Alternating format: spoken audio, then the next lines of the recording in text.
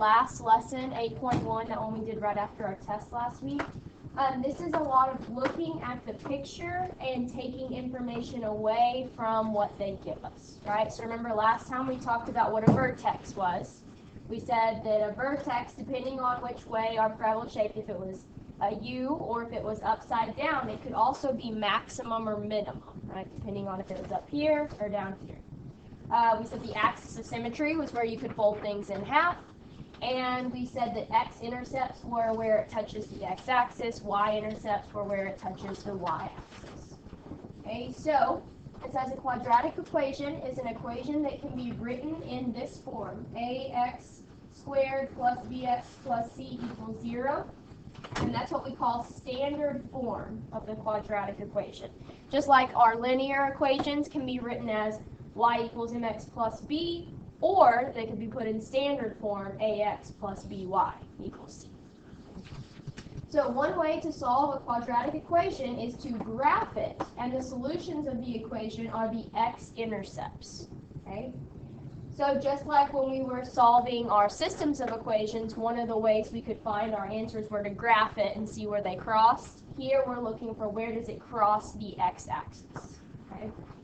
So it says to solve x squared minus 4 equals 0 by looking at this graph. Okay? So it says the solutions of x squared minus 4 equals 0 are the x-intercepts. Well, where are the x-intercepts here at? -2. Right. You got one right here, one right here. So that first one, like you guys said, is at -2. The other one is at +2. So those are my two solutions to this equation. So all of these words mean the exact same thing and can be used interchangeably. So they could use solutions, x-intercepts, roots, or zeros, and they're still just asking for where does it touch the x-axis. They can use any of those words to ask that. Okay? So, keeping that in mind, on number 2, they tell us to solve x squared minus 1 equals 0, and they ask for the solutions. What are the solutions here? 1. Very good.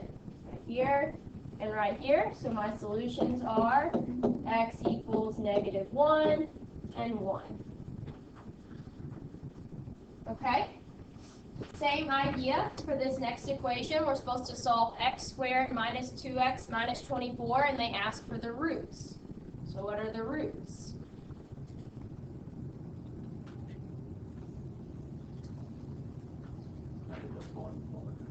-4 here. But this one's actually at 6. So x equals -4 and 6 are my roots. Okay? All right, flip it over onto the back. Again, they give us an equation.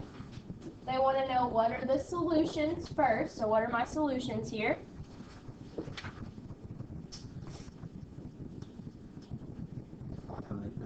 Very good.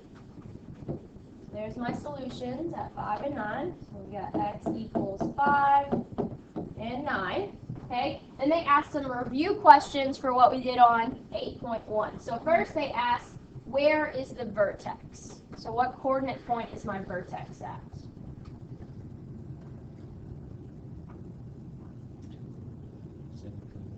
Very good. There's my vertex. Like Orlando said, that is at 7, 4. And because it's up at the top, do we call that a maximum or a minimum? Very good. Okay. They also ask about the domain. Well, this edge of the graph goes off the graph, but we can see this side has an arrow. So is this thing ever going to stop going left or right? So our domain should be very good. Okay. My range talks about up and down. Well, is this thing ever going to stop going down? No. Nope. But what's the highest it can go? 4. Okay. So we would say y is what? Very good. It's got to be less than or equal to 4. All right. Okay, so number 5, very similar. For number 5, they ask, where are the roots? Well, a root is supposed to be where it touches what? The x-axis. So here's my x-axis. Does it ever touch it? So do we have any roots? No. So none. There are not any roots. Alan? Write this down. Okay. Alright, my vertex. Where's my vertex this time? What's the coordinate point for it? So there's my vertex. This time, since it's down here at the bottom of the graph, it's a, very good. Okay, my domain. Does this thing ever stop going left or right? Very good. But this time, it goes up forever and not down forever. What's the lowest it goes? Very good. The lowest it went was right here, which was where y was 2. So it's only going to get bigger from there. So y is greater than or equal to 2.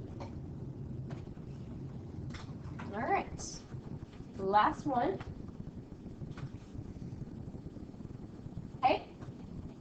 So this one does not have it sketched, so we're going to have to make its drawing and fill in all this information. Okay. It says that this function has zeros at -4 and at 2. So I'm going to come put some zeros at -4 and 2. Okay. Then they ask over here, where is the axis of symmetry? Well, axis of symmetry means I can fold it in half and everything would meet up, right? So, where could I fold in half and these 2 points meet up? What would be right in the middle of these 2 points? Very good. So, if I was at -1, I could draw some imaginary line, fold it in half right there, and everything should meet up. So my axis of symmetry, remember we write it as an equation, x equals -1. Okay, my vertex should be on this line, right? Okay, well, it says that this has a range of all real numbers less than or equal to 9. Huh? Exactly.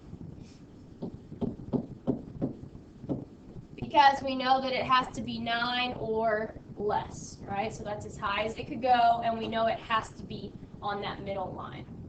Okay, well, if it's up there, is it a maximum or a minimum?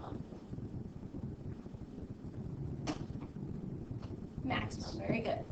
Okay. All right, and we already found the x-intercepts, right? We said that the x-intercepts were at -4 and 2, is what they told us. Okay? All right, so x-intercepts, they also asked for the roots. What are my roots?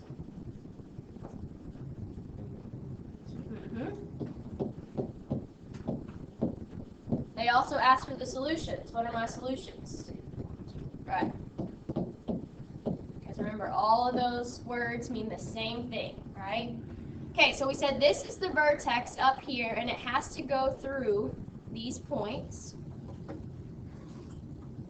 So my picture looks something like this. Okay, so what's my domain going to be? And they actually told us that our range was all real numbers less than or equal to 9. So y is less than or equal to 9. Okay? So this was the only tricky part to come up with. What we just should realize is because y is less than or equal to 9, that meant that it had to be up here going down, right? So this meant we had a maximum value.